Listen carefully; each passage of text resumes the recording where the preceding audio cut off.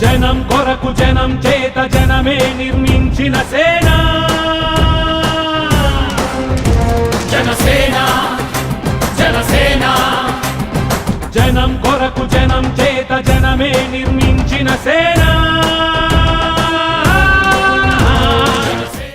పవన్ కళ్యాణ్ గారి పిలుపు మేరకు రాష్ట్రంలో జనసేన పార్టీ నుంచి ఎక్కడ మేము కార్యక్రమాలు చేసినా ముందుగా ఒక మంచి ఆలోచనతోటి శ్రమదాన కార్యక్రమం చేద్దామని ఆయన ఆదేశించడం జరిగింది. దానికి అనుగుణంగా ఈరోజు మండపేటలో ఇక్కడ ఉన్న ఇన్ఛార్జ్ గారు లీలా కృష్ణ గారు చక్కగా రాజమండ్రి నుంచి పోయే రహదారి, ఎన్నో నియోజకవర్గాలకు ఉపయోగపడే రహదారి, లక్షల మంది ఈ ప్రాంతంలో పర్యటిస్తుంటారు ఈ రాజధాని పైన.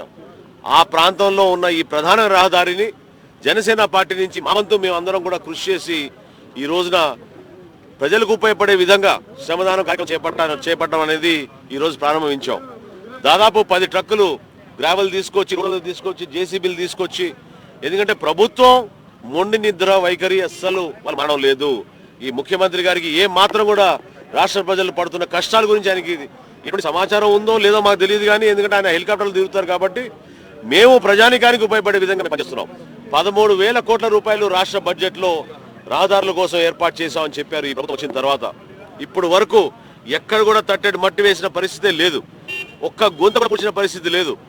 జనసేన పార్టీ నుంచి మేము ధైర్యంగా ప్రజల కోసం నిలబడి ఒక చక్కటి కార్యక్రమం పవన్ కళ్యాణ్ గారి మేరకు ప్రతి జిల్లాలో కూడా, ప్రతి నియోజకవర్గంలో కూడా ఇటువంటి కార్యక్రమం చేస్తున్నాం. అందుకు అనుగుణంగా మీరందరూ కూడా సహకరించాలి, అర్థం చేసుకోవాలి. ఎందుకంటే రహదారులు మెయింటెనెన్స్ కూడా ప్రభుత్వం చేయడం లేదంటే ఎంత అన్యాయం అయిపోయిందో మన రాష్ట్రం ఈరోజు అర్థమవుతోంది.